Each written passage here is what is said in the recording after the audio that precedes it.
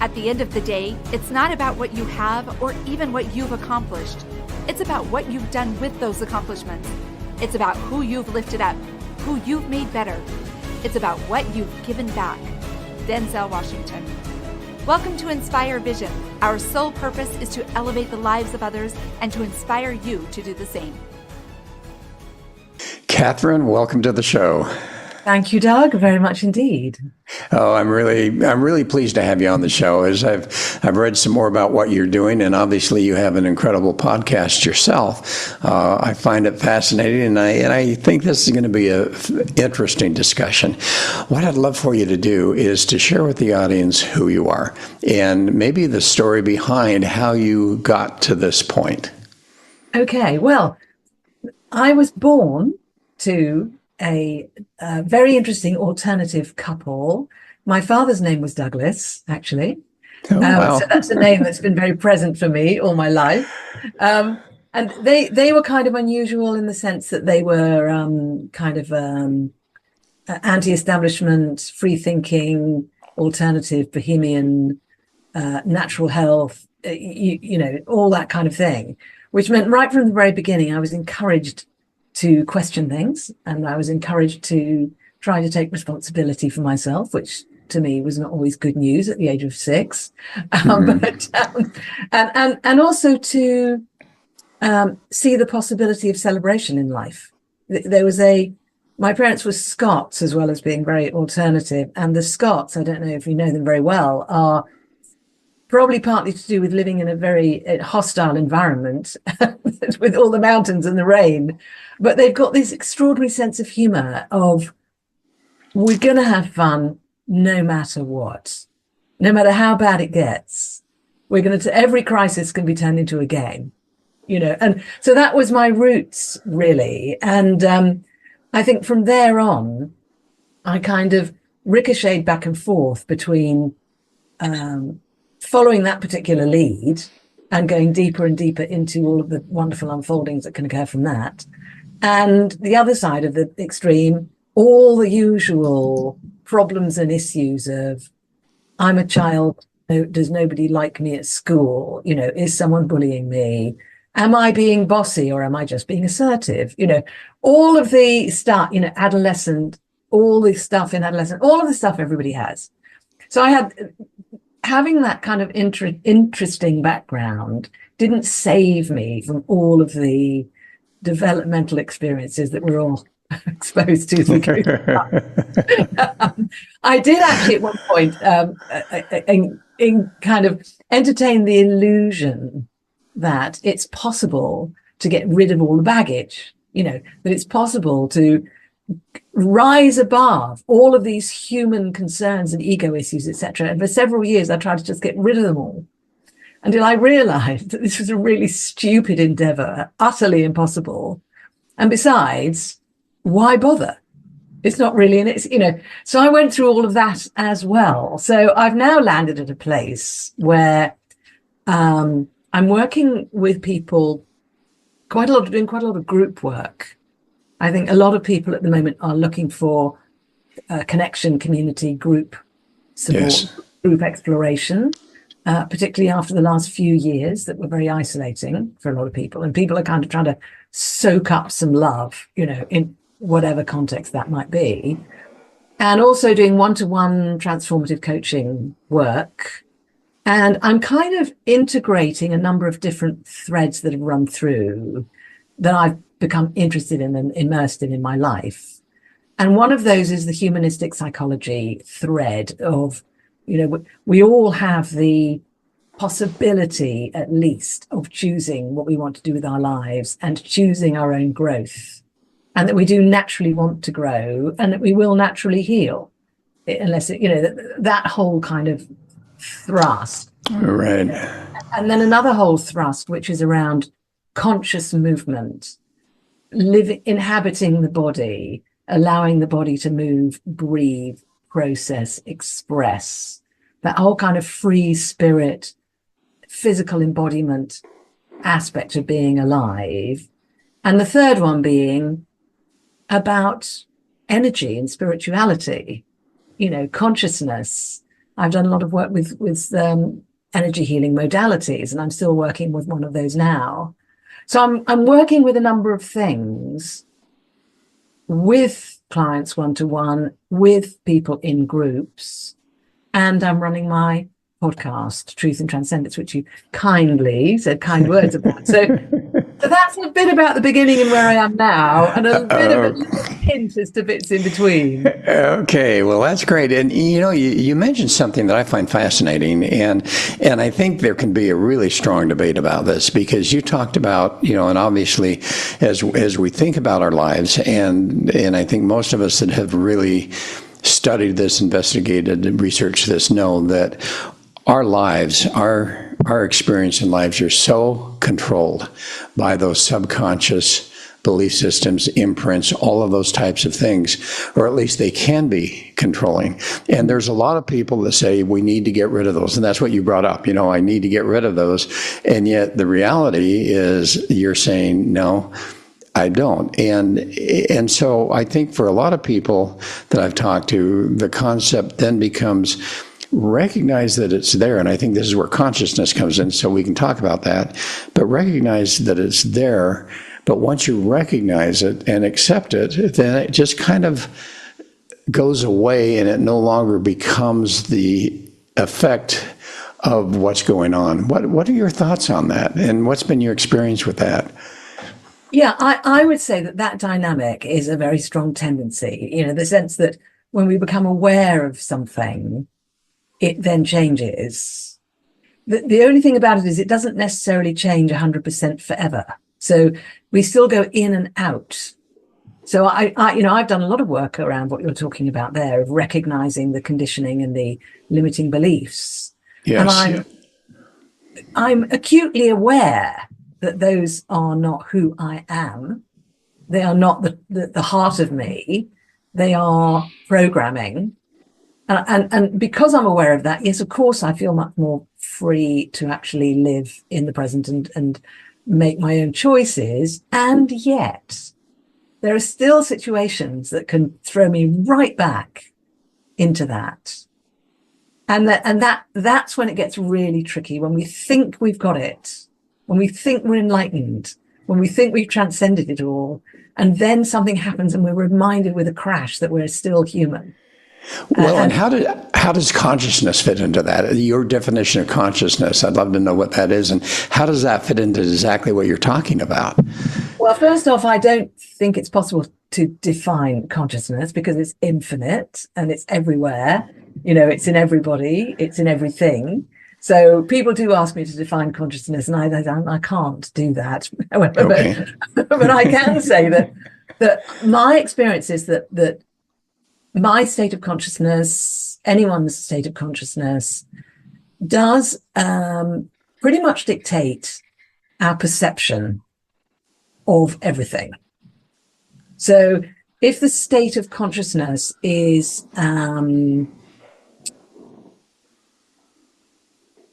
a state of equanimity, a state of acceptance, a state of love, a state of devotion to the divine, when we're in that state of consciousness, everything that happens to us feels and is experienced completely differently from when we are in a completely different state of consciousness. And equally, our state of consciousness actually dictates how the body functions. There are some people who have this kind of wonderful glow about them, who never seem to get sick. And it's something to do with the fact that state of consciousness actually supports the body functioning as it's supposed to, rather than interfering. Because when we get all tangled up in the self-limiting beliefs, we can literally cause tensions and blockages within the body, which can actually make us sick and eventually kill us. And that's a very extreme way of describing it. Well, yeah, and as you talk about, from what I'm hearing, as you're talking about quote, state of consciousness, what I'm really hearing you say is that consciousness, we're not going to define that. We could talk about awareness and all of that, but the reality is that there are different levels of the state of consciousness is what, if I'm hearing what you're saying right, it's kind of like a ladder. Are we on the first step, right at the bottom, or are we much higher? And is that kind of what you're trying to talk about, that we all have a certain state of consciousness, and depending on the level of that state of consciousness determines to some degree our experience in life? Absolutely. And we move between different states of consciousness much more easily than we think. Our state of consciousness can just shift just like that. But the thing about it is, when we're really conscious and aware and in the present, we recognize that experience, and it's absolutely wonderful. We know we're there. When we're not there, we don't realize we're not there. Because we're not there. Because we're not there. so this whole sort of weird mystery thing that goes on. So if we're not at that higher level, we don't even know that we're not at that higher level. That's type right. of thing. In order to know, we would have to be at the higher level in order to be able to be aware of which level we were at. You know, so I think the best thing we can do is to sort of practice paying attention. Practice. Well, there's all sorts of practices that help us to kind of drop into our experience, drop into being present. I went to yoga this morning, and this particular lady, who I've only just started going to, is very good at having us do really, really simple physical movements that actually help us to come into a different state of awareness. And she says at the beginning, you know, you can't practice the state of awareness, according to her theory, but you can practice the physical movement, and that will shift your awareness. Do we understand how that happens? No. Does it matter? No. What matters is you're kind of open-heartedly, we're opening ourselves to the possibility of shifting the consciousness. Okay, so for those of us that are at that lower level of consciousness, and we don't even know we're at the lower level, how do you help us to be able to move up to that higher level, to where we actually are conscious enough to know that we're conscious? Well, do you know what? I think an awful lot of people are actually on that path now, and probably most of the people listening to this podcast are actually on that path, in the sense Probably. that, you know, a lot of people have been to retreats. They've been to yoga, for example. They've meditated. They've done conscious dance. They've done weird sort of water treatments, you know, all sorts of things that we've done. And I think for each of us, there are things that kind of really resonate. And I would always recommend to people, look out for the things that really resonate. You know, if you try something and it really resonates, weave it into your life, you know, integrate it into your life so it becomes part of your lifestyle. You know, don't say, God, that really blew my mind. Right, let's just go back to my life and ignore I ever did it, which is sadly what many of us have done in the past. And if you try something and it doesn't really resonate, leave it. Well, and you talk about different things. One of the things you really hit on is meditation. And, you know, even yoga is a part of meditation. But, you know, I happen to meditate. I try to meditate every day. Sometimes I don't get a chance to do that. But how much does meditation, for instance, let's talk about the different areas you said that people could find that resonate with them. Let's talk about a few of those that you have understood to be helpful to people. I'm working at the moment with an energy modality called Pelowa. I don't know. That's it? No, I've not heard of it. It's quite new over here. It's out of Australia. Mm-hmm. It was channeled by the founder about 20 years ago, 21 years now, and just came to the UK 6 years ago. And there's about 3 or 4 practitioners in the US. Right? So it's really, really, really early. It's an energy technique, and it's a consciousness modality. So in order to practice that, you find a practitioner and you have a treatment. It's like a 60-minute treatment. It's hands-off, and it can be distant or in person. Now, how that works is that the Pelowa energy, and I'm going to use terms which might sound a bit new agey, okay, but the Pelowa energy comes directly from source. It's like a a very fine, very powerful energy. And in this particular practice, the practitioner doesn't direct the energy at all. The energy doesn't come through the practitioner. They don't channel it. They just literally, they are like a kind of introductory agent. They just go, Pellower, Doug. Let's say you're having a treatment. Pellower, Doug, Doug, Pellower. Over to you, right? And then the Pellower and the client contract together as to what that client's consciousness requires to make a shift for their highest potential. And the Pellower delivers that, whatever it is. Okay, So- but obviously, as my guide, you are saying some things to help me to learn to integrate with that Pellower, right? No, absolutely not. No.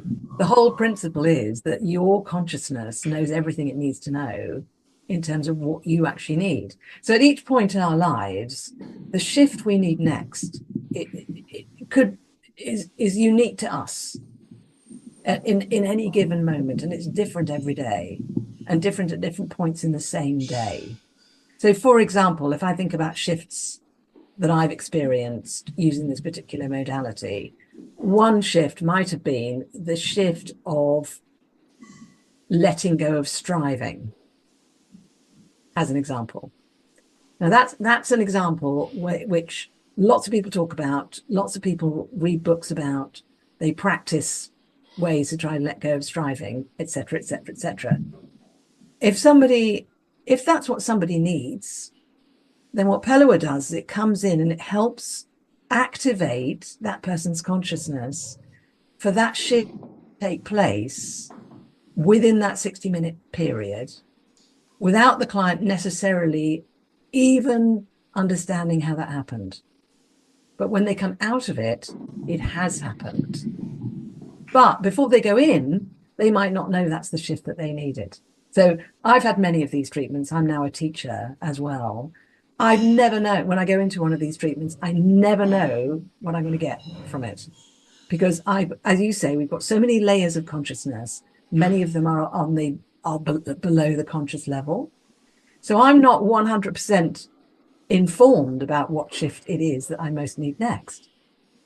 But if I'm prepared to trust and go, okay, I'm just going to subject myself to this and just receive and just allow this energy to come in, interact with my consciousness, activate the shift and see what happens, then you see what happens. So this is for people who are willing and have the capacity to kind of be that receptive, to just let it. It's not for everybody. See what I mean? I'm saying for some people, they would hear me saying that and they go, no. I'm not even, no, just no, right? And other people will listen to that and think, what, you mean all I have to do is lie there and just be receptive for an hour and then just receive the gift I'm given through the experience? Other people are going to go, yeah, yes, please. So do you remember? So I'm probably fitting in between one of those because if you say, all right, receive Pellower, and I'm sitting here going, you've had your coffee. yeah.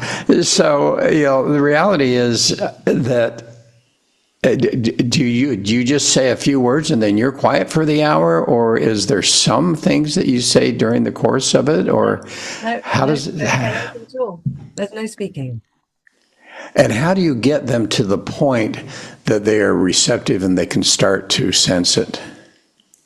The gauge of the readiness is that the person has told me they want the treatment, and they've paid for it. Okay. Because the idea is that each person is in charge of themselves. So if they decide they want to do it, that's consent. And if they're paid for it, or they've agreed to pay for it at the end of the session, whatever, that's them placing a value on it and a value on themselves in that regard. All right. So if someone says, as you said, there's some that say, no, I don't want anything to do with it. What's my next choice? What are some of the other choices I have to be able to develop that elevated level of consciousness? So another example is conscious dance. So in conscious dance, what are you familiar with conscious dance or I'm ecstatic? not. Okay, fair enough. So you will be in a minute.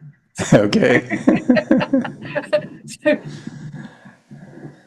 So for most of our lives, we're either just not aware what we're doing with our bodies at all, or we're using our body in repetitive, the same way. Like you're looking at a screen, you're sitting on a chair, you're using your body to walk to the bathroom and back, walk to the kitchen, walk to the car, drive in the car.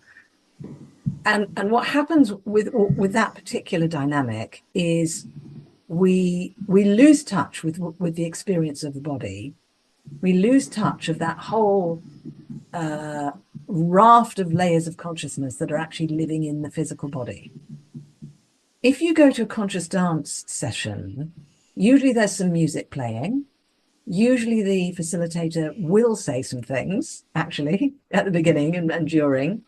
And what you're encouraged to do is let go into movement and just simply allow the body to move exactly as it wishes to, without planning it, without trying to follow any steps, just completely just following and seeing what happens. Again, it's quite receptive, but to some people this is more acceptable, accessible than something like Pelawa, because Right. I'm in a room, I've got my eyes open, I'm moving my body, right? What's the worst that could happen?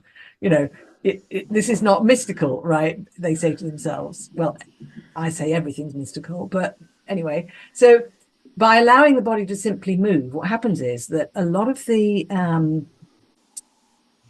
experiences and thought forms and emotions and so forth that are held inside the body, which can be accessed through meditation, can be accessed working with Pelawa, but can be accessed through movement. As you move the body, as the energy moves around the body, because it's not a planned, choreographed movement, it's organic. What tends to happen is that the things that need to be released get released. And the things that want to sort of come out as an expression, let's say an expression of joy or creativity or color or vibrancy, that is then permitted to come out because there's no restriction on the movement.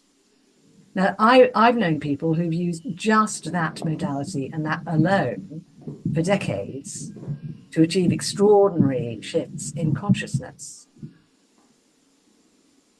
Okay, and that sounds interesting. And then you mentioned meditation. How do people?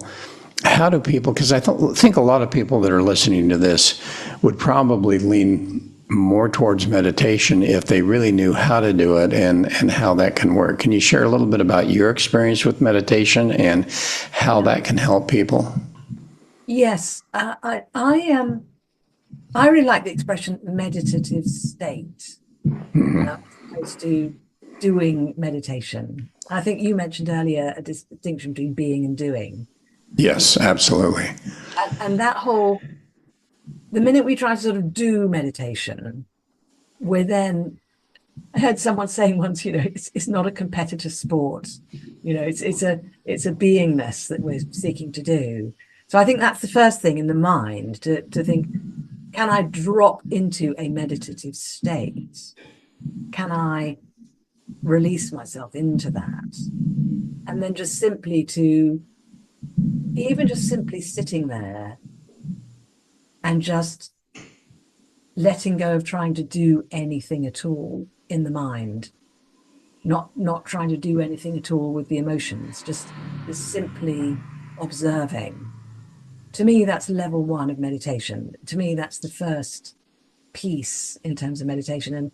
And for many people, that on its own is quite an accomplishment. Yes. And then there are various other layers, like another one being the one with a focus, where you choose a focus, whether it's a candle flame, whether it's a particular idea, whether it's a particular quality, whatever it might be, that focus and coming back to focus, coming back to focus, coming back to focus, coming back to focus is a powerful training for the mind and for the being. So that's very different from the just dropping in and just watching, And then another one that is very powerful is journaling, which is a form of meditation. And in journaling, it's We are just, it's a discipline of putting into words on paper or scribbles or doodles or images, doesn't matter, whatever's going through the mind, and just not censoring it, not trying to control it, not trying to package it, just literally flooding it all out onto the paper. That's a wonderful practice, because again, that's another way of letting go of the ego control, letting go of trying to package ourselves into this sort of, I'm going to say male principle, but I'm talking about the structure principle, the intentional principle, the doing principle, letting go of that, which often when people meditate, that's what they're trying to do. They're trying to kind of open up to the more flowing side of themselves. So those are just some examples. Yeah, and you keep mentioning ego, and I find that a fascinating concept. We talk about ego, and you talk about trying to eliminate that desiring and so forth. But really, the ego is the thing that really is causing so much trouble in our life, because we're desiring this, we're wishing we had this, we wish we could be this, all of those types of things. And yet, if we're able to control that ego to the point where it no longer fits into that realm, but rather it's just there to truly help us to live the type of life that we want to live, it makes a difference. What are your thoughts about the ego? I know that Eckhart Tolle talks about that a lot in his books. I don't know if you've read those, but any thoughts on you? You keep bringing up ego, so talk a little bit about ego. Yes. So, well, ego is there for a very good reason. We need it. Yeah. We need to have an identity. We are incarnate in a physical body right now. And so, in order to manage that and manage life, we do need ego. And I think what you're saying is that we don't want ego to take over. We don't want ego to run the life. We want it to be a facility that we have for our lives. And one of the great ways to do that, I think, is to give it a project. Give it a project, and it'll be happy, right? Because it wants to be doing a project. It's quite resourceful, the ego. It's quite clever. So just give it a project, So the project could be, I'm going to refurbish my house, or the project could be, I'm going to launch a new workshop, or the project could be, I'm going to practice 8 different types of meditation by the end of the month, right? So these can be, you can use your ego to actually strengthen a choice that you want to make, but where the choice is coming from spirit or from heart, not from ego. So it's almost like you trick the ego. You trick the ego into being the servant as opposed to being the master. Well, and a lot of it depends on the purpose behind that. So, for instance, you say, one thing would be, let's fix up the house. Well, if the ego is saying, let's fix up the house because it'll be more comfortable for my children, for my family, we'll find greater peace here, that's the ego not really controlling you. If you say, I want to fix up my house because I want people to see how cool my house is, and, you really show them how cool I am and my family is, all of a sudden, the ego is entirely different. And so in my mind, really the purpose behind those activities really determine whether we're using the ego in a healthy way or whether we're using it in an unhealthy way. Yeah, well, or shall we say in service to our highest good, really. Yes. I mean, because you can tell that example with a house, I think, is a good one, because I've refurbished houses myself, and I've done it for both those 2 different reasons on different occasions, actually. Oh, we all have. I had an apartment that was like, hey, this is going to look really amazing and impressive, right? And it did, to be fair, but it lacked heart, and where I am now, I want it to be welcoming to people. I wanted to, there was a whole number of things I wanted for it. I wanted to support me to do the work I want to do, to help people, etc. So the feeling in this property I'm in now is completely different. And I've been to other people's properties, where let's say someone spent a fortune, and you walk in, you think, I can't get comfortable in here. I can't get comfortable. Okay, there's nothing wrong with the cushions, right? I just don't feel. And another place, which might be a lot less impressive, but which is full of heart. It's interesting how we feel that energy, isn't it? I mean, from someone else, you actually feel the energy of that, quote, ego, whether it's one of empowerment and kindness and love, or whether it's one of, that I'm important, I'm good, I'm better, that type of thing. So the energy is fascinating. So here's a question that does come to my mind. As we think about consciousness, how does curiosity and inquiry come into that? And do you have to reach a certain level of consciousness, healthy consciousness, in order to be able to start really getting curious, inquiring what's going on, and how does that make a difference in our lives? I would say that curiosity and inquiry are our birthright. We're born with those. They are completely inherent to us. And I would say that curiosity and inquiry are two of the things in the human race that have allowed us to survive at all with our ridiculously pathetic bodies. Honestly, I mean, if you look at us compared to other creatures, the fact we've survived is phenomenal. And I think curiosity and inquiry has saved us. Unfortunately, I think as we go through life and we take on conditioning and self-limiting beliefs and so forth, those two things can get masked and can kind of we can get a bit sort of disconnected from that side of Yes. curiosity and inquiry. And I think when we kind of clear away the dross, in our lives of, I don't know, situations that aren't very authentic, or situations that don't serve us, or where we are not serving others, or, when we kind of clear that stuff away and we invest in our consciousness and our awareness and so forth, I think curiosity and inquiry tend to become much more vivid again. I mean, I've seen this over and over, where someone's come to work with me and they've said, one of the things they've said is, oh, no, I'm not a creative person. No, curiosity, not really. No. And they start working and they start clearing stuff out that needs clearing out, and they start recognizing their strengths and celebrating those more, taking pleasure in those, using them more fully. Before we know it, they become really inventive and curious and inquiring, and they say, what have you done to me? I'm just really curious all the time now. And I go, no, it was in there before. I haven't done anything to you. I haven't kind of spiked your coffee. It was already in there. It's just, it was covered up. Someone used to call it layers of peanut butter. Covered in layers of peanut butter. So you can't sort of find the sort of innocent, inquiring, creative spirit that's in there, in all of us.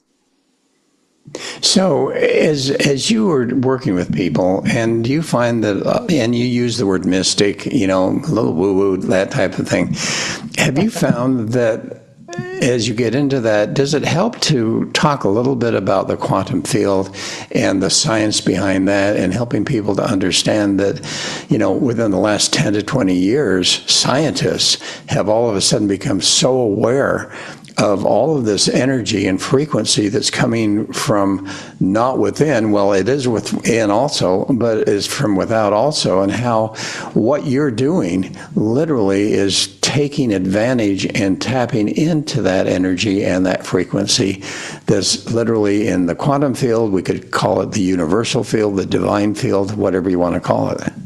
Yeah. Yes, I don't use that language very much myself. Although I love it. I think there are people much more well-informed than I talking about that particular, how can I put it, way of describing it. I do talk about universe, and I do think it's very useful and very helpful. And particularly for some people who've got what you might call a technical mind. Yes. That kind of thing. It's very helpful for them to hang it on structures like that. And for that reason, I'm delighted there are so many wonderful people now doing this work. I've had people on my podcast who are very, very good at talking about it in that particular way, usually men, interestingly. And it's I think I celebrate it. I think it's fantastic. I tend to not talk so much about defining terms. I think something I do find, though, when I'm working with people is sometimes they come up with defining terms for what they're learning and what they're experiencing.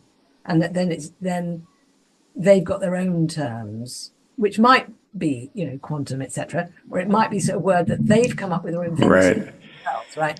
So I tend to be more a facilitator of people finding the words more than giving them the words, if that makes sense. Well, yeah, and you talk about men, and you're right.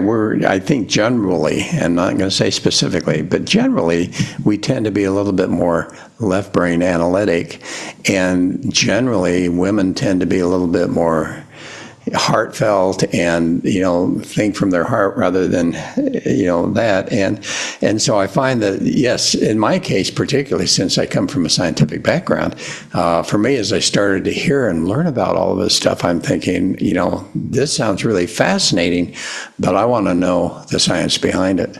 That's fantastic. And as I've studied it, what has happened is for me, it has actually moved into a situation of as you say, the divinity, the universal part of it. And all of a sudden we begin to really understand that what you're doing, what other people are doing, and when we're meditating, when we're doing all of those types of things, that we're really tapping into a power, a frequency, and energy that exists. And it works. And I think for people to be able to move forward and go through whatever process they seem to resonate with, there has to be that initial belief system that this is going to work for me. I would say either a belief system this is going to work for me, or an intuition that it's worth trying. Yes. Either of those. I've had people turn up on my Pellower workshops, walk in, never met them before. They've booked. I know they've booked. I've sent them an email saying, thank you for booking. They've walked in and they've said, I have no idea why I'm here. I have no idea why I booked this. I just saw it. I saw your thing on Facebook. I kept seeing it on Facebook. And then one day I just booked myself on. I don't know why. Right. And I always say to them, well, it's your higher self that's brought you here. And your higher self is very clever. So you're going to be fine. I love that, because you talk about intuition, and I was just on a podcast the other day interviewing someone, and they were talking very much about intuition, and I find that people sometimes don't recognize how important and how valuable intuition is.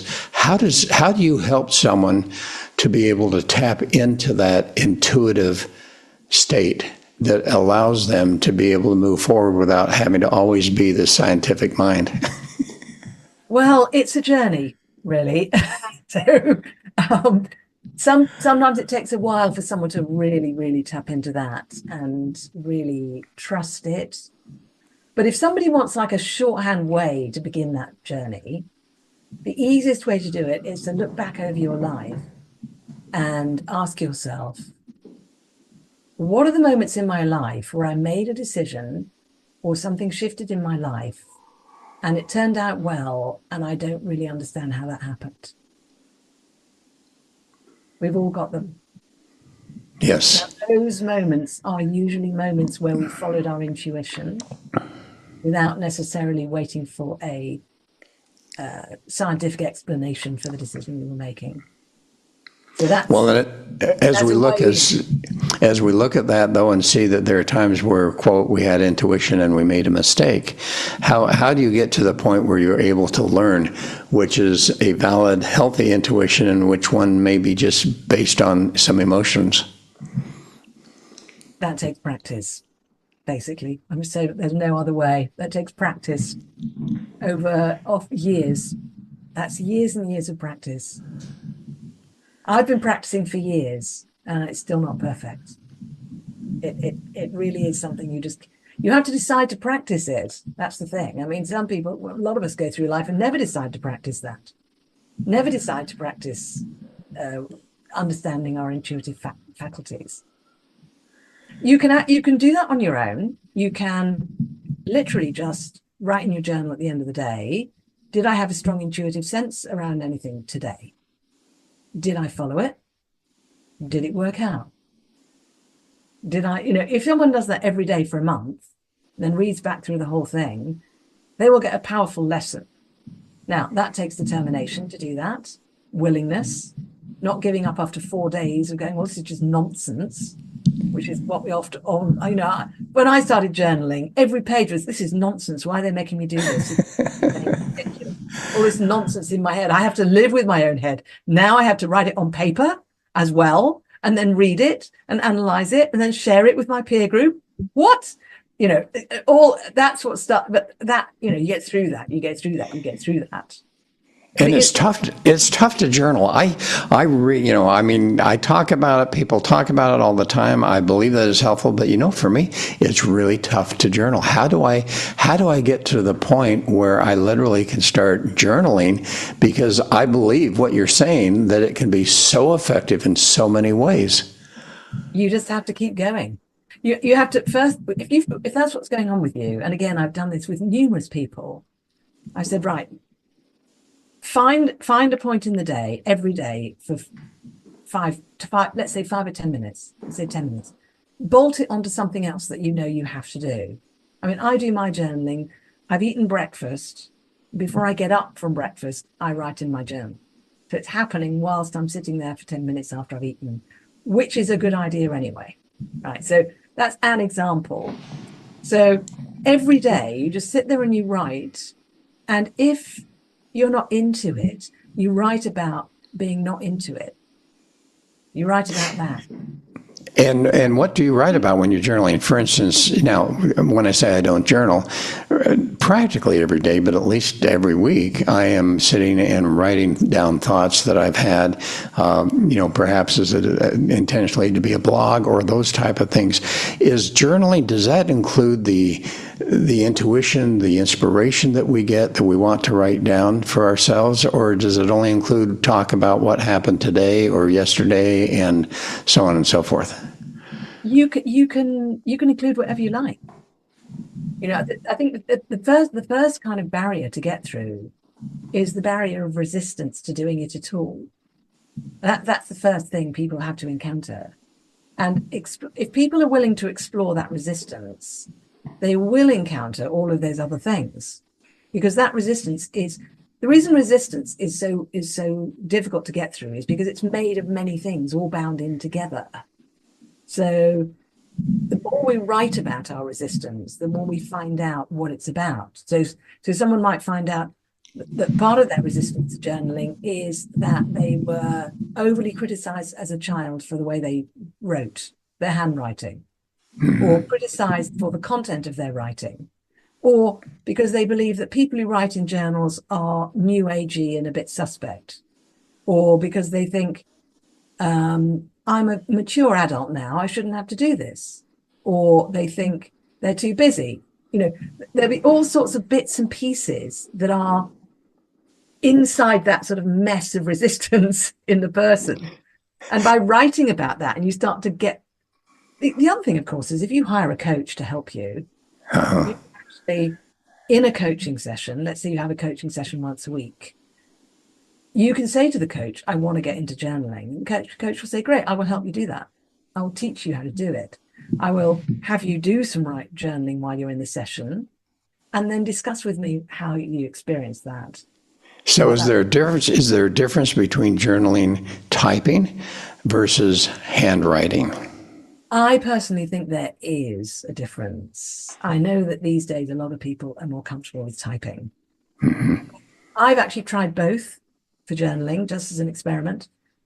And for me, handwriting is much more organic, because the thing with handwriting is that the shape of the writing and the way the writing is slanting and the size of it and the way it sits on the page is so flexible. And that's very helpful, I think. If you look back through a journal full of handwriting, you can see, right, that writing's like really tight, or that writing there is really expressive, or that writing is, it allows more. I think it's easier for more to come through with handwriting. But, if handwriting for someone is just really difficult because they only ever do typing, maybe they have to start with typing. Well, and maybe they can try handwriting. one of the ways that I've done it is on my iPad, I will actually speak and using a program that then types it. And I find then that's even more fulfilling for me because I'm really speaking the words that are coming to my heart. And as that goes onto the screen, it's like, oh, wow. Okay, that's what I really feel. In fact, I find that when I do that, more genuine feelings come out than when I'm sitting either handwriting or typing. But anyway, here we are, and oh my goodness, time has gone by. And we have had a chance to talk about so many incredible things. As we close, Catherine, what would be a message that you'd like to share with the audience that you think could be something that will stay with them after they finish listening today? I think, kind of inspired by our conversation today, I'd like to say that nobody actually has to change. Most of us are really great as we are, and that the motive to try and make ourselves be better is worth questioning. So even if someone just next time they would decided that there's something wrong with them, they've got to get better, even if they just question that can be incredibly liberating and transforming for somebody. And the second thing I'd like to say is give things a try, trust your intuition of what you want to try, and trust your intuition as to whether it resonates with you or not. So all right. How do people find you? They can tune into my podcast. They'll be very welcome. It's Truth and Transcendence. Or they can go to my website, which is beingspace.world. Okay, and spell that out for me. BEINGSPACE.WORLD. Wonderful. Catherine, thanks so much. This has been fascinating. Thank you. I've had so much fun. Thank you very much. Oh, and I have too. Folks, thanks for listening, and I hope you've really enjoyed this, and reach out and get a little bit more information. I think you'll find it very valuable. This is Dr. Doug saying, have a wonderful time, and namaste.